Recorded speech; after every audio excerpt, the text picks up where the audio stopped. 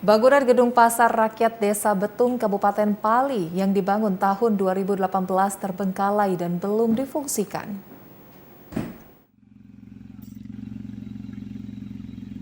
Beginilah kondisi gedung bangunan pasar rakyat di Desa Betung yang sangat memprihatinkan.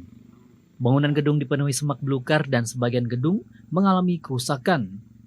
Gedung pasar rakyat di Betung dibangun Pemkab Pali tahun 2018 lalu dengan menggunakan dana alokasi khusus mencapai 5 miliar rupiah. Belum difungsikannya bangunan pasar ini dinilai warga sangatlah mubazir. Pak, ini sudah kapan dibangun ini, Pak? Sudah lama ya? Berapa tahun ya, Pak? 5 tahun yang lama. Belum pernah pakai, Pak ya? Belum. Ini semak nih tidak pernah dipotong apa rumput-rumputnya, Pak? Belum pernah dipotong. Oh, kenapa alasan belum pernah dipakai, Pak? Nggak tahu kenapa, katanya belum diresmikan katanya. Resmikan ya. Ya.